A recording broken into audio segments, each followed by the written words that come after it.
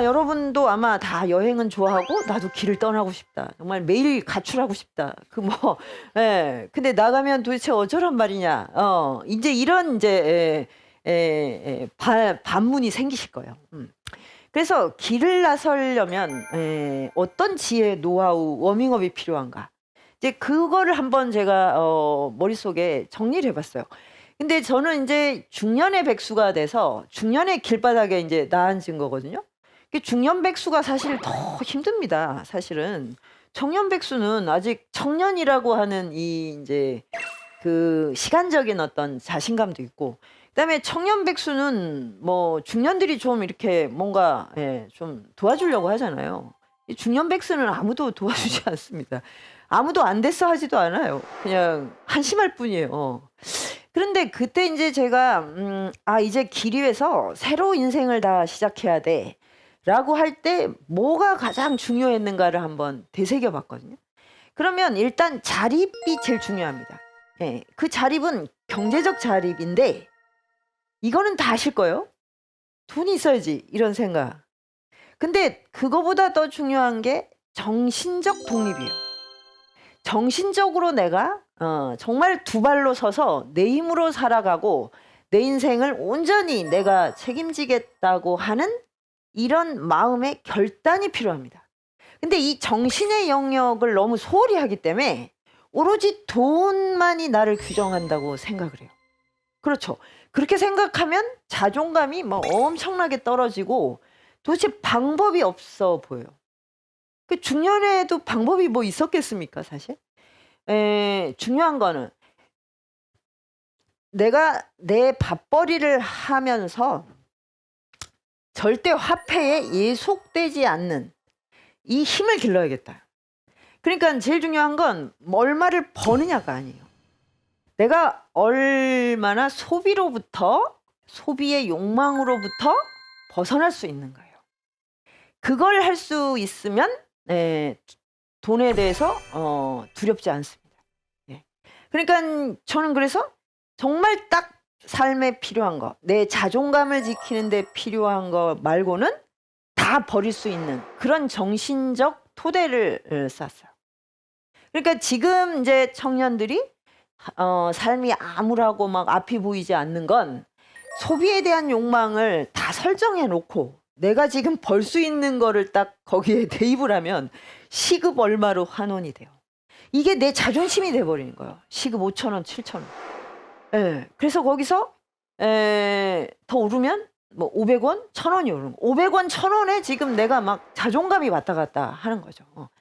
그런데 이걸로는 어떻게 벌어도 지금 시대의 소비를 따라갈 수 없어요. 근데 이 소비로부터 자유로워지지 않는데 자립은 불가능합니다. 두 발로 설 수가 없어요. 근데 그러면은 그래서 뭐 고액 연봉을 받는 직업을 위해서 시험 공부를 하겠다 이러시잖아요.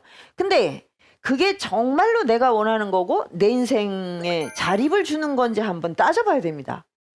제가 알기로는 어렵게 시험을 봐서 정규직이 돼서 굉장히 월급을 많이 받는 청년들도 여전히 빚에 허덕이고 있어요. 그래서 저는 백수는 빚은 없는데 정규직은 빚이 많다는 뜻이구나 이렇게 알게 됐어요. 그러니까 백수는 카드도 없을 뿐더러 대출을 해주지도 않잖아요. 그러니까 뭐 좀 덜 쓰는 거지 빚은 없어요. 근데 정규직, 잘 나가는 정규직일수록 빚이 산더미 같이 있어요.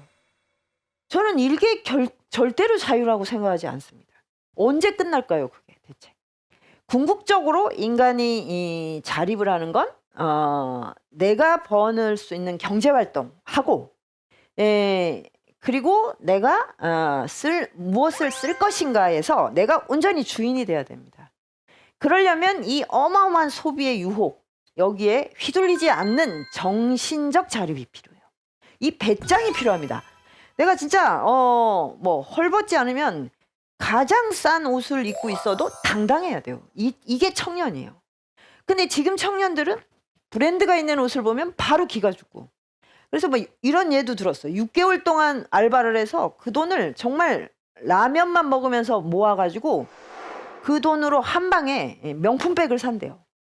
그러면 명품백을 사고 나면 완전히 빈털터리가 되죠. 그래서 명품백을 놓고 무지하게 비싼 레스토랑에 가서 뭐 스파게티 같은 걸 시켜놓고 사진을 찍는데요.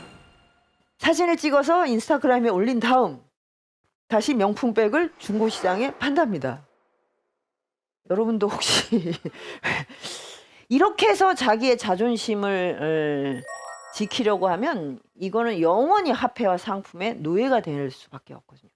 그래서 이제 첫 번째, 나는 얼마를 벌 수 있는가가 아니라 내가 번 만큼 내 삶을 내가 아주 효율적으로 운영할 수 있는가, 이거를 꼭 한번 연습을 하고 수련을 하시고, 그러기 위해서 정신적인 이 토대가 얼마나 필요한가. 이럴 때 이제 고전을 좀 읽으셔야 돼요. 고전을 읽으면 그렇게 소비와 화폐에 휘둘린 사람은 어느 시대에도 고전에선 가장 낮고 불쌍한 인간이에요. 절대 그런 사람이 고전의 주인공이 된 예가 없습니다. 예. 자, 그 다음에 이제 두 번째가 길에 나선다는 건 내가 돈을 모아서 미지의 세계를 탐험하는 것이기도 하지만 오늘 내가 눈을 뜨고 나가서 내가 오늘 밟아가는 이 삶의 회로를 어제와 다르게 하는 것이에요. 어제와 다르게 길을 내가 만들었는가. 그러면 이걸 어떻게 할 수 있냐면 이 길 위에서는 반드시 사람을 만나고 사건이 일어나요. 근데 정해진 길을 계속 가는 사람한테는 친구가 생기지도 않고 원수가 생기지도 않아요. 똑같아요. 그리고 뭡니까? 어떤 스토리도 만들어지지가 않아요. 그래서 그날이 그날인 거예요. 그러니까 도시의 중산층들이 겪는 최고의 슬픔은 권태입니다. 권태. 그리고 인간이 감당하기 어려운 지옥 중의 지옥도 권태가 지배하는 곳이지 고통이 아니에요. 고통보다 더 끔찍한 게 권태입니다. 권태가 뭐냐면 반복이거든요. 이거를 수레바퀴, 쳇바퀴라고 합니다. 근데 지금 정규직으로 그다음에 딱 마음도 똑같이 어제랑. 그래서 내가 동료를 만나든 이웃을 만나든 누구를 만나든 똑같은 욕망으로 대해. 그러면 여기서는 만남이 이루어지지가 않아요. 친구도 연인도 생기지 않아요. 그러면 이야기가 없어요. 그래서 나는 누구에게 들려줄 스토리가 없는 거죠. 그러고 집에 오면 나는 인생이 너무 허무해. 그러면 어떻게 되냐면 이제 중독이 되는 거예요. 쇼핑 중독, 미드 중독, 게임 중독, 이런 걸 하지 않으면 이 생명이 살아있다고 못 느낍니다. 그래서 길을 나선다는 건 어제와 다른 마주침이 가능해야 돼요. 그렇지 않으면 뭐 아프리카를 여행을 하고 와도 돌아오면 그냥 사진 몇 장밖에 없어요. 물론 이제 카드빚도 남겠지만, 예. 그러니까 어디에 얼만큼 가느냐 또는 뭐 아주 이상한 데를 가느냐가 아니에요. 내가 지금 걷고 있는 이 길을 어제와 다르게, 작년과 다르게 내가 재구성할 수 있느냐. 그러면 사람을 만나게 돼요.